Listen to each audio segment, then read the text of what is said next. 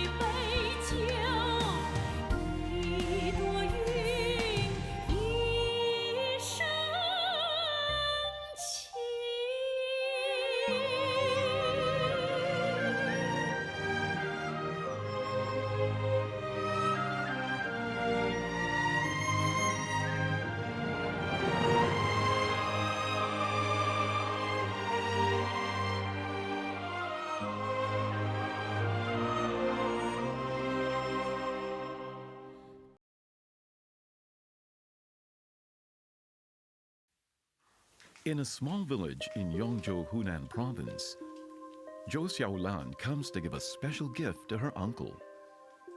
His name is Zhou Hangguang. He is 85 years old, and tomorrow is his birthday. Zhou Xiaolan gives him a new set of clothes and shoes according to custom. However, these clothes are not for everyday use. These new clothes and shoes are grave clothes.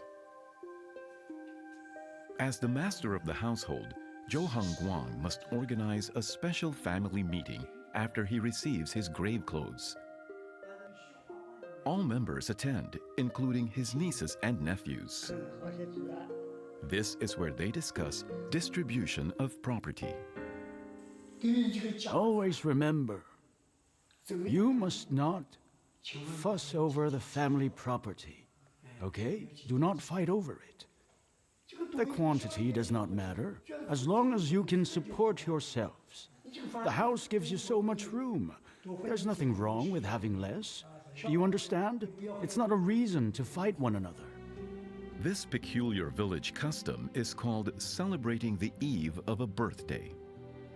This was established when the first of the Zhou family moved to Chenyantou village. Today, most of the families here possess the Zhou surname, and thus the village is also known as Zhou Compound. Over the past 400 years, there have seldom been disputes among the children over family property.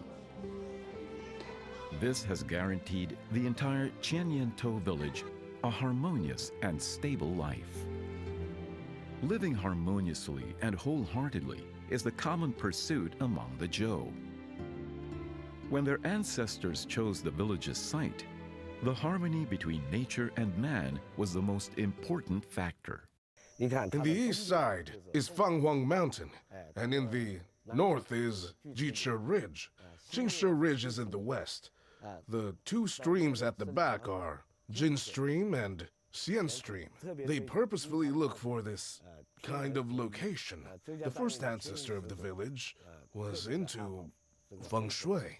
In choosing the village's site, he got the concept from Zhou Dunyi, who was the earliest founder of philosophy in the Song Dynasty. Zhou Dunyi is the ancestor of the Zhou family and the author of the well-known essay, Love of Water Lily. In the Zhou compound, patterns of water lilies are made in his memory. Both his philosophy on harmony between man and nature and his moral beliefs have been preserved and enriched by descendants. These principles are regarded as family heirlooms that help to govern the clan, cultivate its children, reconcile with neighbors, and know how to behave. These principles have been compiled into strict family instructions to restrain clansmen from breaking the law and to maintain the peace and stability of the family. These are the 16 family rules. Throughout the rules, harmony is the most valuable aspect to the whole family. Among the 16 family rules, which particular ones express harmony? This here is the harmony of brotherhood. This one means that men are friendly with each other as if they were born as brothers. Brothers are like one's hands and feet. Yes, maintain harmony in the clan. We should get along with our brothers in harmony. We should also extend the same treatment to our neighbors. This is one of the most important teachings in this book. There are currently 4 versions of the Zhou family genealogy. Regardless of when it was revised or who revised it, the 16 rules on family harmony have never been changed. Harmonizing brothers, clans, and neighbors, these rules were made into a code of conduct, which was then recorded in the genealogy. They expected their descendants to be harmonious and prosperous. To ensure that they follow these rules, there has always been a special man in the village known as the head of the clan. Zhou Xinhua is the current head of the clan in the village. In 2009, they revised their genealogy. He has donated despite having little money and has been serving as the party secretary for a long time. Thus, he became the new head of the clan. The head of the clan must maintain peace and stability in the village. It is written in the genealogy that the head rebukes those lacking in harmony.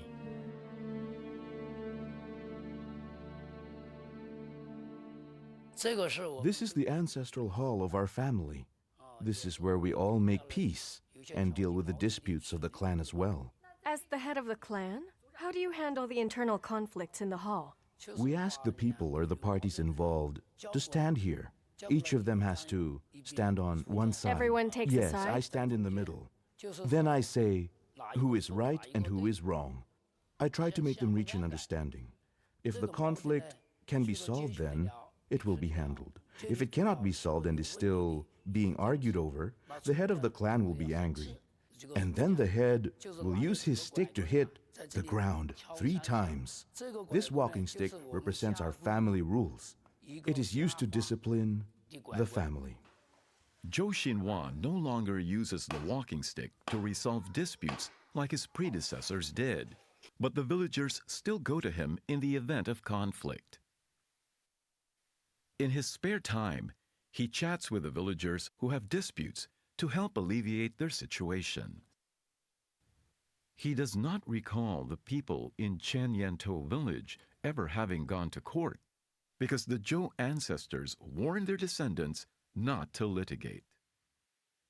They believe it is costly and disgraceful if the clansmen go to court. Making compromises is the best way to avoid a lawsuit. In other words, they hoped their clansmen could settle things peacefully.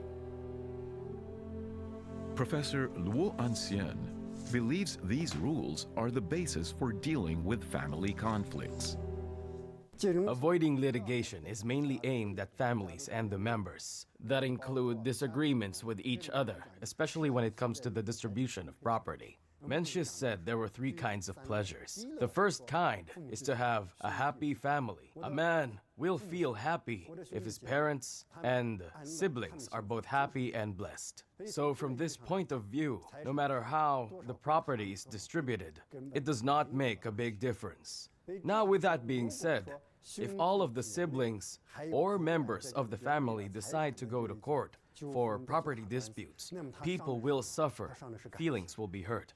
That is why avoiding litigation emphasizes that every conflict can be solved peacefully because we are siblings and we have the same ancestors. In order to remind the descendants that they are from the same clan, their ancestors engraved the family rules of harmony on the terrace of the Zhou compound in marvelous, intricate patterns. This is a combination of bees. In the middle, there is a big bee. On the corners, you see 4 small bees. It implies that people's lives are as sweet and happy as the honey made by the bees. There's another pattern next to this one. It is interesting. carp jumping over the dragon gate. Look at the carp's eyes, fins, and tail. The carp here looks very lively. Around the fish, there are two big circles. These circles embody, well, the unity and happiness of the family. When the Zhou ancestors settled here, they carved the best wishes of the family's unity and happy life on the terrace. They knew that their descendants could not reproduce continuously unless their families are united. Because of this expectation, they respected and honored their elders. To the Zhou family, celebrating the birthday of their elders is a momentous event. Those who are over 60 years old get to choose 1 year to celebrate their birthday. The family must write wishes of longevity and record them in the genealogy. A birthday party is livelier than the Spring Festival.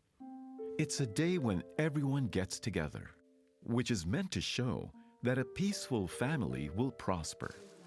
Whenever there is a celebration, villagers will come to help and share in the happiness of the family. When celebrating a birthday, one regards himself as a family member.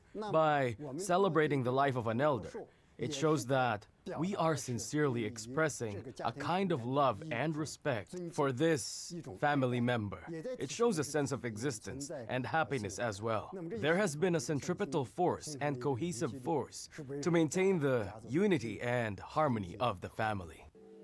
It is Zhou Hengguang's 85th birthday. Early in the morning, everyone gathers in front of a hall.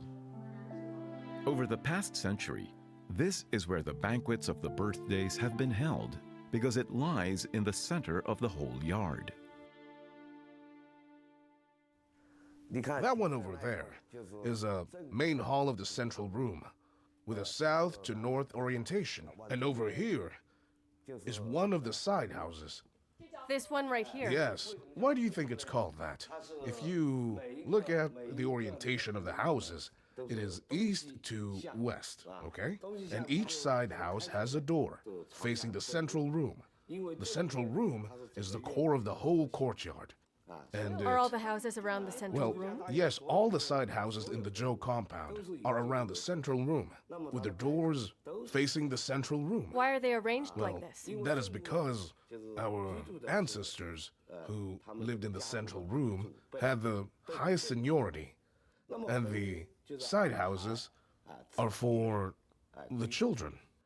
We can see that this row of side houses are nearest to the central room, and that is because these side houses are for the sons and the daughters. So there are other side houses Yes, too. the rows of houses behind are arranged according to a certain rule. The side houses behind this one are for the grandchildren to live in, and so on. The village's main buildings, which consist of 6 separate courtyards that have a south to north orientation, are structures from the Ming and Qing dynasties. There are over 180 central rooms and side houses, including more than 2,000 houses. All the central rooms and side houses are symmetrical to each other. The Zhou ancestors arranged the rooms according to the tradition of respecting the old and cherishing the young.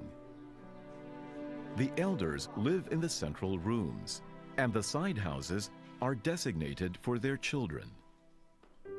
Although the families live in close proximity to each other, there is no chaos. It is orderly and organized. Over the years, neighbors have seldom had conflicts because the Zhou ancestors fully considered each independent family's privacy when they designed the side houses. You can see that in each side house of the row has gates on both sides. These are the gates? Yes, they are. Can you close them? Yes, you can close them. We close them at night. They are closed every single night. We never leave them open.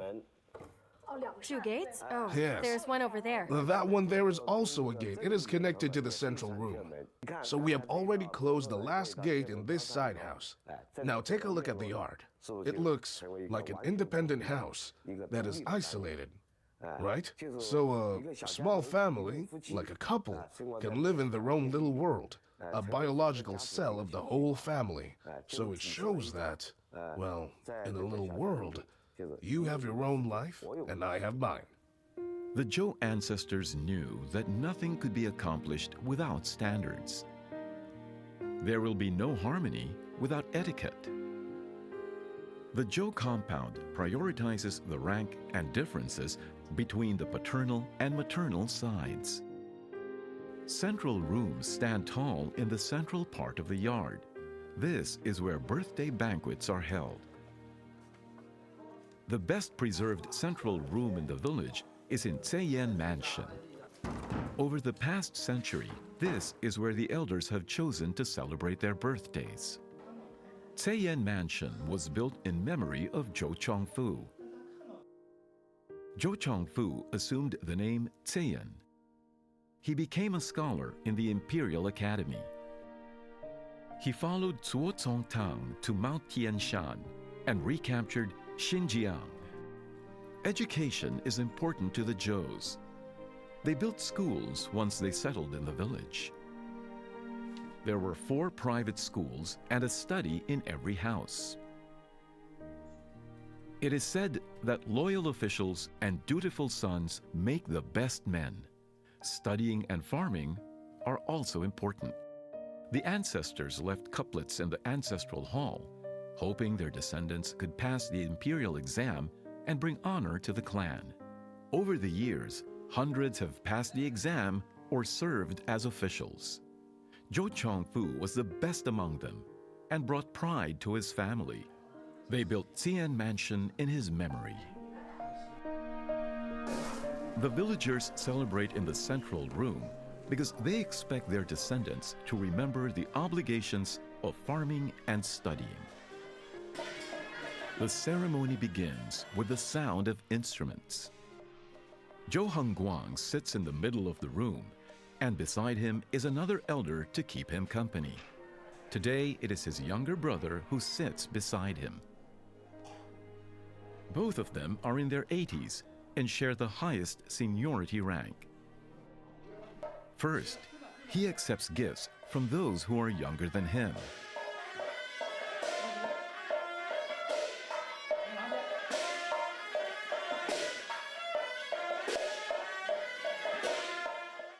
Then, his sons, grandsons, and great-grandsons greet him according to age and seniority.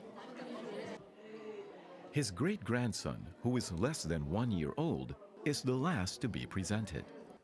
Elders usually give little babies a lucky red envelope.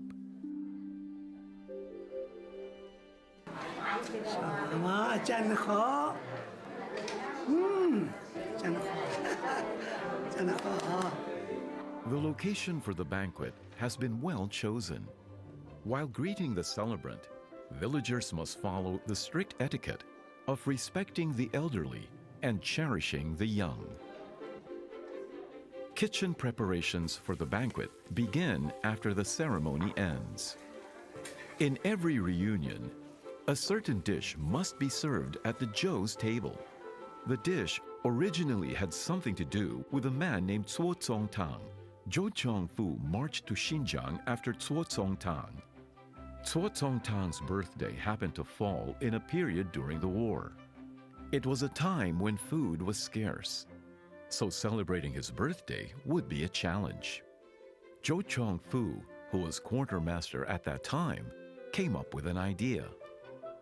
He asked the cook to find a piece of pork, and after slicing it, to cook it in rice flour.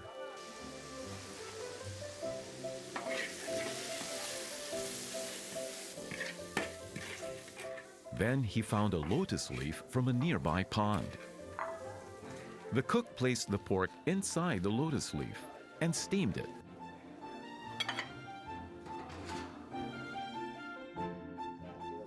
It is said that after they opened the lotus leaf, there was a pleasant aroma.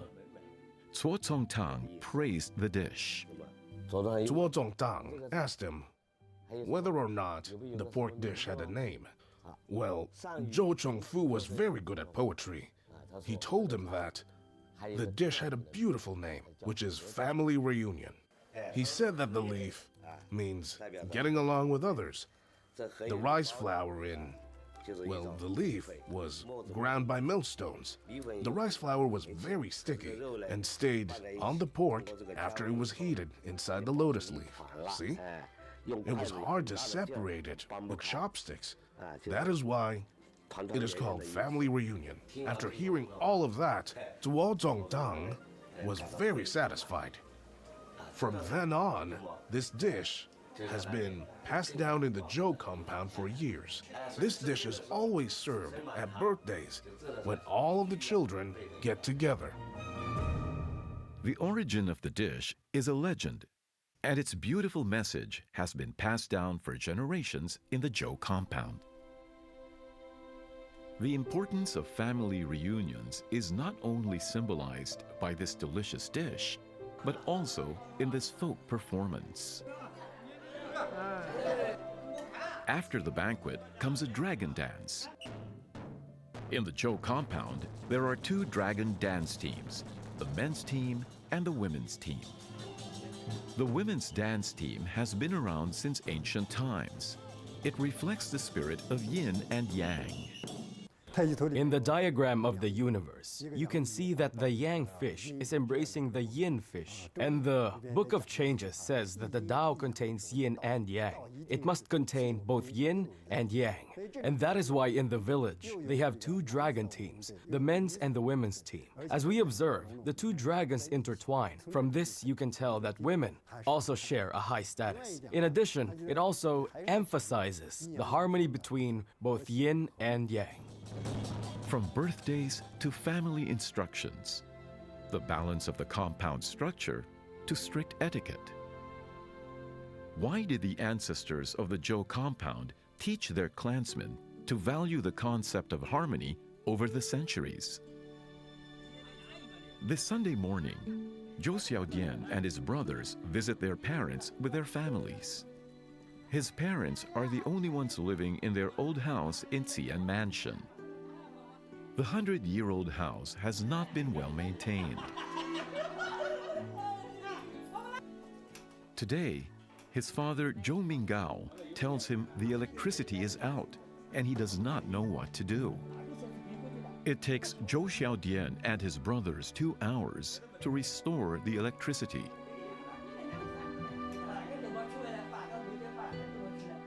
He and his brothers all work in Yongzhou.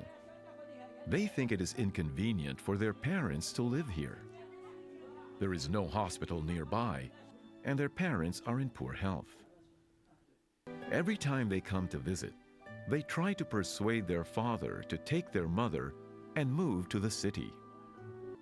Dad, we have discussed this many times. You are old. You should live with us. But as he's done before, his father dismisses them and refuses to go. Zhou Minggao is in his 70s.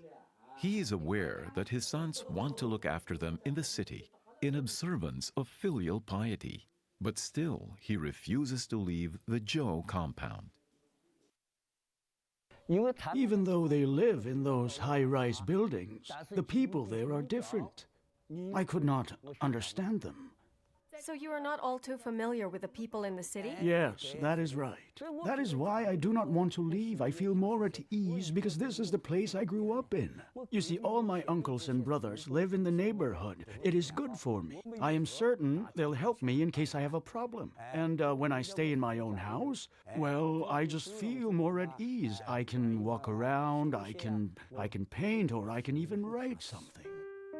Zhou Minggao grew up in Qianyantou village. His neighbors are his relatives, and they live in the same yard.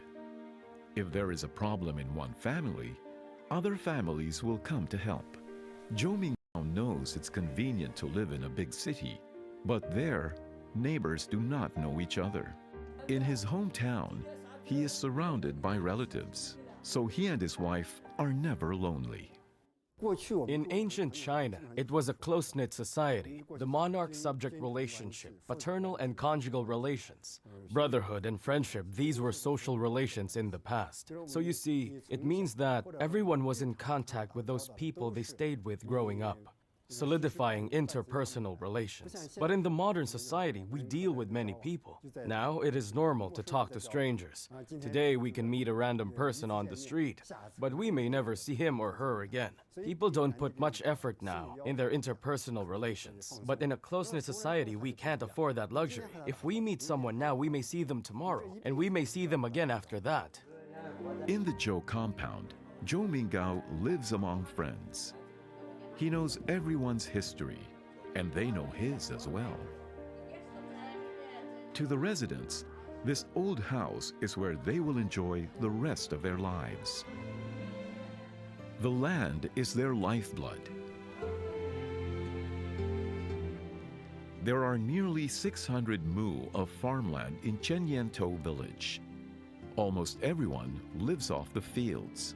They live in harmony with nature. Farm work is difficult and requires everyone's cooperation.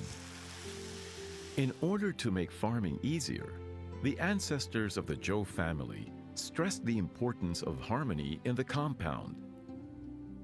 The villagers cannot expect to be successful farmers if they cannot help each other.